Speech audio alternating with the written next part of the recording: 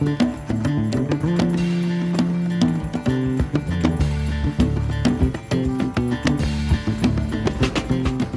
this is the second part of our series in helping us, as followers of Jesus, talk about Jesus with Muslim people. Now, what is Islam? Well, it's a pretty tricky question. 1.2, 1.3, 1.4 billion people that would call themselves Muslims across the world. And they're all different. Fairly obvious, but it's true. And who am I as a Christian person to say what Islam is or it isn't? Is Islamic State's version of Islam true? Is my neighbour's version of Islam, which just involves going to the mosque and fasting in Ramadan, is that true? And what about someone that's more superstitious, that is worried about an evil eye damaging their babies? Is that true Islam? Well, I think there are many Islams. And so it's much more important actually to get to know the person that you're speaking to and know how best to respond to them with the good news about Jesus. But that said, there are probably some core things that Muslim people do and core beliefs that almost all of them would hold on to. If you've been in RE lessons in recent past, you'll probably know the 5 pillars of Islam, the 5 practices that all Muslim people are supposed to do. The first is the confession of faith. There is no God but God, and Muhammad is his prophet. The second is prayer, 5 times a day. Just on this, we need to be careful though. It's not prayer as you or I might understand it as Christian people. For us, prayer is talking to God, talking to our loving Father, asking him for things. Now that is true, Muslim people do that. But actually the 5 times a day prayer is more like 5 times a day submission, showing that they are submitting to God by taking time out of their busy days, going to the mosque or just stopping where they are, bowing down, prostrating, bending, falling down, going onto their knees, and saying things in praise of God. That's the 5 times prayer. Now, many mosques in this country do not have space for women to pray. Unfortunately, one of the hadith says that it's 25 times more beneficial to pray in a mosque.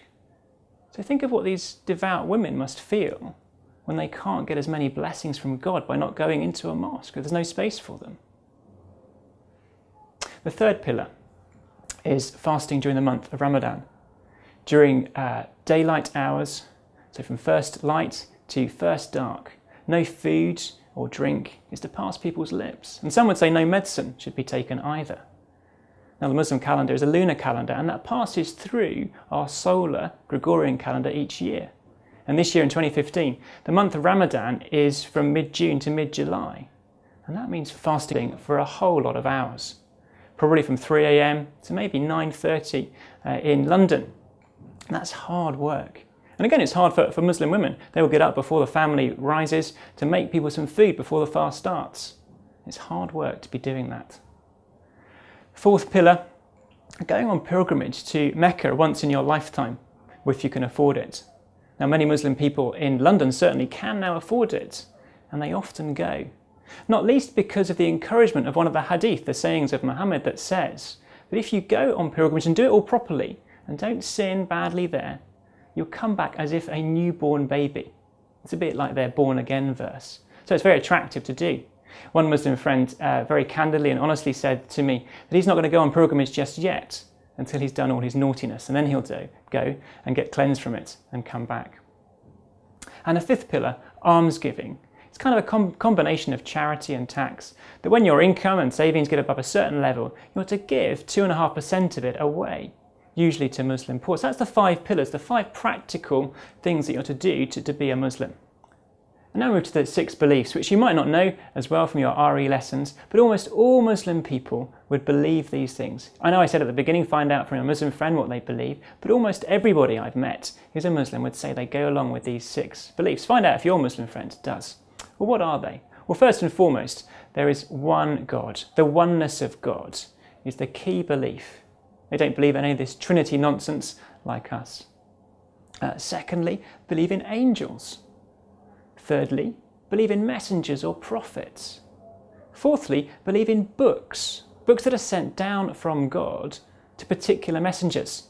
So the book of the Quran was sent down to Muhammad. Before him, the Injil, or the Gospel, was sent down to Jesus. The Injil seems to be an Arabic corruption of the word Evangel, or Gospel, or announcement, momentous news that was given to Jesus. The Zabur or Psalms was given to David, who's considered to be a prophet. And the Torah, the Pentateuch, the first 5 books of our Bibles, were given to the prophet Moses. What is the 5th pillar? Well, a day of resurrection to judgment. And you think, oh, if most of our society believed in that, the work of evangelism would be a lot easier. But Muslim people do believe in a day of resurrection to judgment. And the 6th pillar, that God is sovereign in everything, that what he decrees goes, and he's decreed what will happen today way back in eternity past. That's the 6 beliefs. Now, every Muslim I've ever met also has 4 objections. They may have many more, but these are 4 objections that every Muslim I've met in this country, regardless of ethnic background, has had, and it's also in Bangladesh, where I've lived. 4 objections to Christianity, because Islam is a post-Christian religion, and it's got to have a response to Christianity. The first objection is Jesus isn't God, or is not the Son of God. Jesus didn't die on a cross. The Trinity is just plain wrong. And the verses for those objections are coming up on the screen hopefully now, and they're from the Quran. Their 4th objection, though, is hard to sustain from the Quran, but is an objection that many of you will have heard if you've got Muslim friends. The objection is the Bible has been changed or corrupted in some way. But how could the Bible have been changed? If it's God's word, he wouldn't allow his word to be changed.